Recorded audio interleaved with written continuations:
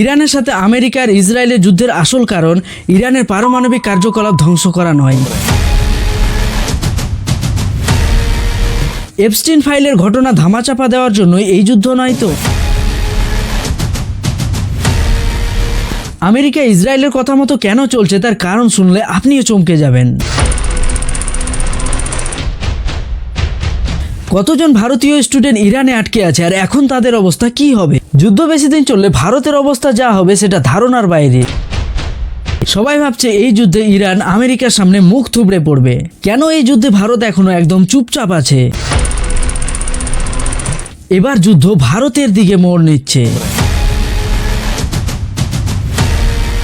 Iran গোপনে পারমাণবিক বোমা তৈরি করছিল আর এই কার্যকলাপ ধ্বংস করার জন্য ইসরায়েল আর আমেরিকা তাদের উপর অ্যাটাক করে। এই অ্যাটাকে ইরানের প্রধান নেতা আয়াতুল্লাহ আলী খামেনি, তার স্ত্রী, মেয়ে, জামাই, নাতনি এবং পুত্রবধূ সমেত পরিবারের বেশ কয়েকজন সদস্য মারা যায়। এছাড়াও ইসরায়েলের প্রতিরক্ষা মন্ত্রী, কমান্ডার এবং নিরাপত্তা কাউন্সিলের সেক্রেটারিও এই হামলায় মারা যায়, যিনি খামেনির ঘনিষ্ঠ উপদেষ্টা ছিলেন। 3 দেশের মধ্যে এখনো অ্যাটাক চলছে আর এখন পর্যন্ত ইরানের হাজারেরও উপরে নাগরিক মারা গেছে। তবে আমেরিকা দাবি করলো এই যুদ্ধের আসল কারণ পারমাণবিক বোমা তৈরি নয়। এই যুদ্ধের আসল কারণ সরকার পরিবর্তন বা তেল। ইরান বিশ্বের 3য় বৃহত্তম তেল উৎপাদনকারী ও সরবরাহকারী দেশ আর আমেরিকা চায় সারা বিশ্বের তেলের কন্ট্রোল যেন তাদের হাতেই থাকে। আমেরিকা নিষেধাজ্ঞার পরও ইরান প্রত্যেক দিন 1.6 মিলিয়ন ব্যারেল তেল রপ্তানি করত। এবার বলতে পারেন তেল রপ্তানিতে ইরান তো 3 নম্বরে আছে, তাহলে বাকি দুটো দেশ যারা 1 নম্বর 2 নম্বরে আছে তাদের উপর অ্যাটাক করলো না কেন? তাহলে শুনুন, 1 নম্বরে আছে ভেনেজুয়েলা আর সেখানেও অত্যাধুনিক তেল রপ্তানিতে নিষেধাজ্ঞা করেছিল আমেরিকা। কিন্তু না শোনায় ভেনেজুয়েলার প্রেসিডেন্ট নিকোলাস মাদুরোকে মাদক পাচার আর অস্ত্র চোরাচালানের অভিযোগে মধ্যরাত্রে তার বাড়ি থেকে স্ত্রীর সাথে ঘুমিয়ে থাকা অবস্থায় কিডন্যাপ করে নিয়ে আসে আমেরিকা। এখানেও আমেরিকার প্রধান কারণ ছিল ভেনেজুয়েলার তেলের ভান্ডারের উপর কন্ট্রোল নেওয়া। এবার বলতে পারেন তাহলে 2 নম্বর দেশ? 2 নম্বরে আছে সৌদি আরব। আর মিডিল ইস্টের মধ্যে সৌদি আরব আমেরিকার অন্যতম প্রধান মিত্র দেশ। সাথে সৌদি আরব আমেরিকার অন্যতম বৃহত্তম সামরিক সরঞ্জাম ক্রেতা, যেটা প্রায় $100 বিলিয়ন উপরে। তাই সৌদি আরব আমেরিকার মিত্র দেশ হওয়ায় আর আমেরিকার কথা মতো চলায় এখনো তাদের সাথে কোনো খারাপ ব্যবহার করেনি। যদি ভবিষ্যতে সৌদি আরবের সাথে আমেরিকার সম্পর্ক খারাপ হয় বা আমেরিকার কথা মতো না চলে, তাহলে সৌদি আরবের গল্পটাও ইরান বা ভেনেজুয়েলার মতো হতে পারে। তবে সবাই ভেবেছিল এই যুদ্ধে ইরান আমেরিকার সামনে মুখ থুবড়ে পড়বে। আমেরিকা ভেবেছিল ইরানের তাদের সামনে যুদ্ধে দাঁড়িয়ে থাকা তো দূরের কথা, পাল্টা আক্রমণ করারও সাহস পাবে না। বাস্তবেও তাই। আমেরিকা পৃথিবীর সবচেয়ে শক্তিশালী দেশ। অত্যাধুনিক যুদ্ধ সামগ্রীর সাথে তাদের যুদ্ধের বাজেট $900 বিলিয়ন আর ইরানের $15 বিলিয়ন।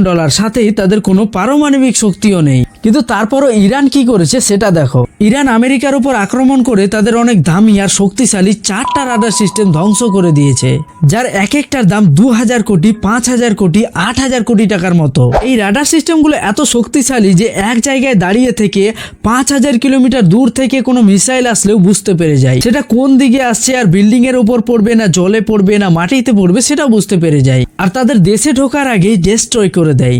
তবে এরকম শক্তিশালী রাডার সিস্টেম ব্যালিস্টিক মিসাইলকে প্রতিরোধ করার জন্যই বানানো হয়েছিল, আর সেই ব্যালিস্টিক মিসাইল দিয়ে ইরান আমেরিকার রাডার সিস্টেমকে কনফিউজ করে ধ্বংস করে দেয়। ইরানের কাছে এরকম ব্যালিস্টিক মিসাইলের প্রচুর স্টক আছে আন্ডারগ্রাউন্ড করা। তবে ইসরায়েল আর আমেরিকার স্টক ফাইল এখন কমে যাচ্ছে, কারণ এই মিসাইল 3 বছর থেকে তারা ইউক্রেনকে দিয়েছে, 3 বছর থেকে ইসরায়েলকে দিয়েছে গাজার সাথে যুদ্ধ করার জন্য। আবার এই যে মিসাইলগুলো আমেরিকা ব্যবহার করছে ড্রোন আর মিসাইল ডিস্ট্রয় করার জন্য, সেগুলো এক একটা 36 কোটি টাকার। এই ধরনের মিসাইল আমেরিকা বছরে 700টাই বানাতে পারে, আর অন্যদিকে ইরান ড্রোন আর মিসাইল প্রত্যেক দিন 500টা করে বানাচ্ছে। আমেরিকা তো অস্ত্র অনেক স্ট্রং, তাই ইরান বাঁচার জন্য আমেরিকাকে কিভাবে কনফিউজ করেছে দেখো। একটা নকল হেলিকপ্টার বানিয়ে রেখেছিল আমেরিকা, আসল ভেবে সেখানে মিসাইল মেরে দেয়। আরেক জায়গায় তারা ফাইটার জেটের পেন্টিং বানিয়ে রেখেছিল, আমেরিকা সেই পেন্টিং এর ওপরও মিসাইল মেরে দেয়। এভাবে ইরান বুদ্ধি খাটিয়ে আমেরিকার রাডার সিস্টেমকে কনফিউজ করে তাদের কোটি কোটি টাকার মিসাইল নষ্ট করে দিচ্ছে। তবে এমন নয় যে শুধু আমেরিকা আর ইসরায়েলেরই ক্ষতি হচ্ছে, ইরানেরই সবচেয়ে বেশি ক্ষতি হয়েছে। তবে ইরানের সাথে বিবাদ শুরু হয়েছিল ইসরায়েলের, এখানে আমেরিকার মাথা ঢোকার কোনো মানেই ছিল না। ইসরায়েলের কথা শুনে তারা ইরানের সাথে যেচে পড়ে যুদ্ধ লেগে গেছে। আমেরিকা ইসরায়েলের কথা মতো কেন চলছে তার কারণ কি জানেন? এটা আমি বলবো না, খান স্যার কি বলছে শুনুন। तो इस पे ना ये बैलेंस बूझ नहीं पाया। इसका एप्स्टीन फाइल में इन नंगटे फोटो रख लिया है, ट्रम्प का नंगटे फोटो रख लिया है एप्स्टीन फाइल में। अब ये ट्रम्पा पगला गया है, ए भाई क्यों दिखाइयो मत, पूरा हमारा इज्जत बर्बाद हो जाएगा। तो कहा कि हाफ पैंट वाला दिखा देते हैं, और उन नंगटे वाला रख लिया। अब ये जहां जहां इजराइल बोल रहा है वहां वहां बम मार रहा है। इसका लड़ाई ईरान से था ही नहीं और उसको मारे फिर रहा है। বুঝতে পারলেন কি বললো?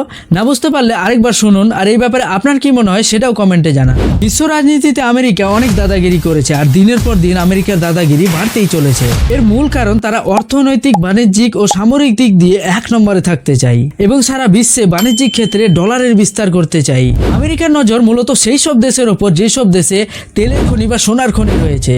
তাই ভেনেজুয়েলার প্রেসিডেন্ট নিকোলাস মাদুরোকে মাদক পাচার আর অস্ত্র চোরাচালানের মিথ্যা অপবাদ দিয়ে তার বাড়ি থেকেই কিডন্যাপ করে নেয়, আর বর্তমানে ইরানের প্রধান নেতা আয়াতুল্লাহ আলী খামেনিকে মেরে দেয় 2003 সালে পারমাণবিক বোমা থাকার মিথ্যে অপবাদে। সাদ্দাম হোসেনের সরকার উৎখাত করার জন্য ইরাকে আক্রমণ করে। এছাড়াও কোনো দেশ যদি আমেরিকার কথা না মানে বা বাণিজ্যিক ক্ষেত্রে ডলারে ব্যবহার করতে না চায়, তাহলে বিভিন্নভাবে সেই দেশের প্রতি চাপ সৃষ্টি করে, তাদের প্রোডাক্টের উপর ট্যাক্স বাড়িয়ে দেয়। কিছু ক্ষেত্রে আমেরিকা তাদের স্বার্থের জন্য সেই দেশের ভেতরে বিবাদ সৃষ্টি করে সেই দেশের সরকার পতন করে দেয়।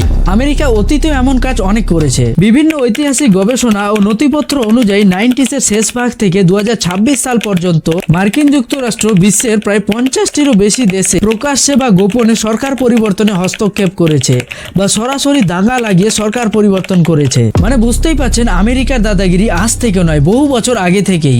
আমেরিকা, ইসরায়েল আর ইরানের যুদ্ধ যদি বেশি দিন চলে, তাহলে এর প্রভাব সারা বিশ্ব জুড়ে পড়বে, কারণ বিশ্বের 20 থেকে 30% তেল হরমুজ প্রণালী দিয়ে যায়, আর ইরান এই রুটটা ব্লক করে রেখেছে, যার ফলস্বরূপ দেখা যাচ্ছে বর্তমানে ভারতে গ্যাসের দাম বেড়ে গেছে। তেলের দাম এখনো স্থিতিশীল থাকলেও যুদ্ধ দীর্ঘস্থায়ী হলে তেলের দামও বেড়ে যাবে, কারণ ভারতে মাত্র 45 দিনেরই তেল স্টোর করে রাখার ক্ষমতা আছে। সাথে রাশিয়ার থেকেও কিছুটা তেল পাচ্ছে বলে মেনটেন হয়ে যায়। তবে যদি পেট্রোল ডিজেলের দাম বেড়ে যায়, তাহলে জাহাজ ভাড়া, বিমান ভাড়া, গাড়ি ভাড়া সব বেড়ে যাবে, যার ফলে সবজি থেকে শুরু করে নিত্য প্রয়োজনীয় সব পণ্যের দাম সাধারণ মানুষের নাগালের বাইরে চলে। সাথে ইনভেস্টররা যদি আতঙ্কিত হয়ে টাকা তুলে নেয়, তাহলে ভারতের শেয়ার মার্কেট অনেক ডাউন হয়ে যাবে। এক কথায় এই যুদ্ধ বেশি দিন চললে শুধু দুটি দেশ নয়, আপনার পকেটের ওপরও সরাসরি প্রভাব। যুদ্ধের জন্য ইরানে প্রায় 9000 জন ভারতীয় আটকে আছে, যাদের মধ্যে ছাত্রছাত্রী, নাবিক, ট্যুরিস্ট এবং পেশাদার রয়েছে। ভারতীয় সরকারের নির্দেশে তাদের নিরাপদ স্থানে নিয়ে যাওয়া হয়েছে এবং কিছু সংখ্যক ভারতীয় দেশে ফিরে। তবে যুদ্ধ দীর্ঘস্থায়ী হলে তাদের নিরাপত্তার ঝুঁকি বাড়বে। এই যুদ্ধে অনেক দেশ অনেক কিছু বললেও ভারত এখনো একদম চুপচাপ।